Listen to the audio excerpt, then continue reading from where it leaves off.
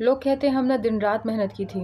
हमने ना सुबह देखी ना शाम देखी, दिन रात हमने पढ़ाई में लगा दिया। जब से नोटिफ़िकेशन आया है हमने चैन की साँस नहीं ली और हमने रात दिन पढ़ाई की है, इसके बावजूद हमारा एग्ज़ाम नहीं निकला, ना ही नंबर अच्छे आए, ना ही सिलेक्शन हुआ।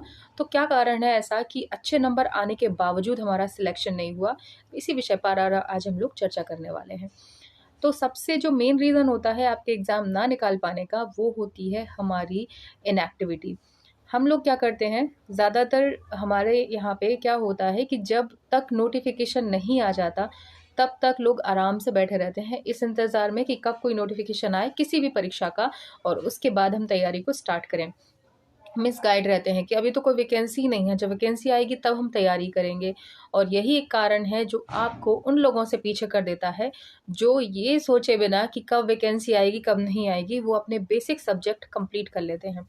तो हमें ऐसे कौन से सब्जेक्ट हैं जो हमेशा जिसे कहते हैं 12 महीने आपको तैयार रहना चाहिए उस चीज़ के लिए, उन विषयों पर आज हम चर्चा करने वाले हैं।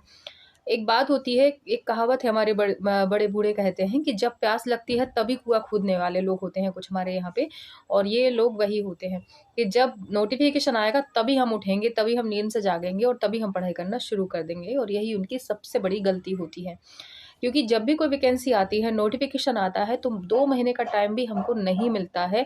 और अगर धरातल पर देखें तो कम से कम आपको अपना सिलेबस ही अच्छी तरीके से समझने के लिए 1 महीना लग जाता है, आराम से लग जाता है। जिसे कहते हैं ना ज़ुबान पे रट जाता है सिलेबस, उसके लिए आपको 1 महीने का टाइम कम से कम लगता है। तो अगर आपका 1 महीना सिलेबस समझने में चला गया तो आप उसे कंप्लीट करने में सोचिए 2 महीने क्या काफ़ी हो जाते हैं? बिल्कुल नहीं होते हैं। तो आपको क्या करना है, नोटिफ़िकेशन आने पर आपको सिर्फ़ वही सब्जेक्ट तैयार करने हैं जो उस पर्टिकुलर जॉब के लिए ज़रूरी हैं।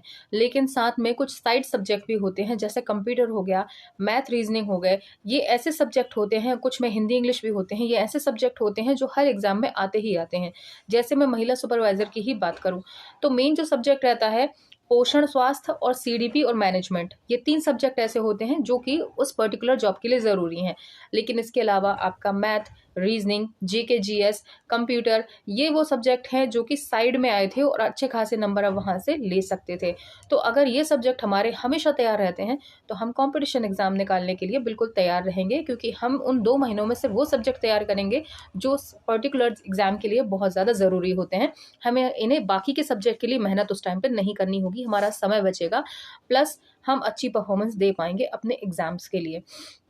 अब जैसे कंप्यूटर हो गया, आप कोई भी एग्ज़ाम ले लीजिए, चाहे एमपी का हो या एमपी के बाहर का हो, हर एग्ज़ाम में मैथ आती ही है, रीज़निंग आती ही है, कंप्यूटर आने ही लगा है, जीके, जीएस हर सब्जेक्ट में होता ही होता है।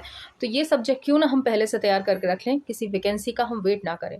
जैसा मान लीजिए कोई भी एग्ज़ाम है, अभी जैसे 2026 चल रहा है, कई एग्ज़ाम्स ऐसे हैं जो लास्ट में आएँगे, 2026 के लास्ट में आएँगे। तो अगर हम जो बाकी के सब्जेक्ट हैं, उन पर अभी से पकड़ बनाना शुरू कर दें, तो हमें दिक्कत नहीं आएगी, हमारे ये सब्जेक्ट पहले से तैयार होंगे। तो हमें क्या करना होगा, जैसे ही नोटिफ़िकेशन आया किसी वैकेंसी का, तो हम लग जाएँगे उन बाकी के सब्जेक्ट में। हमें मैथ की तरफ देखना ही नहीं है क्योंकि हमारी तैयार है, रीज़निंग की साइड देखना ही नहीं है क्योंकि तैयार है। ना कंप्यूटर देखना है, ना हिंदी, इंग्लिश, ना जीके, जीएस। तो हमें क्या करना होगा, जैसे मान लीजिए कोई सब्जेक्ट आया जिसमें साइंस की भी रिक्वायरमेंट है, तो हम साइंस पहले से ही तैयार करके रख लें। होती है ज़्यादातर अब सब्जेक्ट्स में साइंस आने लग गई है, चाहे वो पटवारी के एग्ज़ाम हो या कुछ भी अलग एग्ज़ाम्स हो, साइंस को इंक्लूड किया जाता है। तो ये सब्जेक्ट अभी से तैयार करके रख सकते हैं बिना वैकेंसी के वेट के। तो आपकी परफ़ॉर्मेंस बहुत ज़्यादा अच्छी हो जाएगी।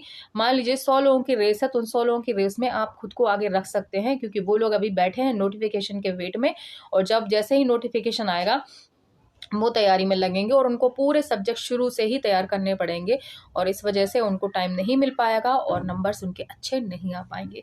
तो आप लोग समझदारी दिखाकर ये काम कर सकते हैं, अपने एक्स्ट्रा सब्जेक्ट को अच्छे से प्रिपेयर कर लें ताकि आपको दिक्कत ना जाए।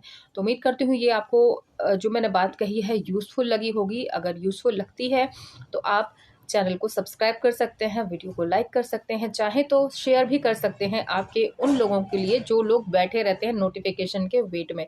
चाहे वो आपके परिवार के सदस्य हो सकते हैं, रिलेटिव्स हो सकते हैं, फ्रेंड्स हो सकते हैं, तो आप उनको वीडियो शेयर कर सकते हैं। और अगर आप चाहते हैं कि कौन सी मैं बुक प्रेफर करूं, तो आप सबसे पहले लुसेंट बुक ही उठा लीजिए, क्योंकि उसमें आपका जीके जीएस सारा आ जाएगा। मैथ रीजनिंग, आप मैथ रीजनिंग की कोई भी बुक से कर सकते हैं। कंप्यूटर भी उसमें होता ही है, बेसिक जो कंप्यूटर रहता है वो आपको मिल जाएगा लुसेंट की बुक में ही। और इसके अलावा साइंस हुआ, सारे सब्जेक्ट अगर आपने लुसेंट ही पूरी कंप्लीट कर ली तो आपके जो एक्स्ट्रा सब्जेक्ट्स हैं वो कंप्लीट हो जाएंगे वहाँ से।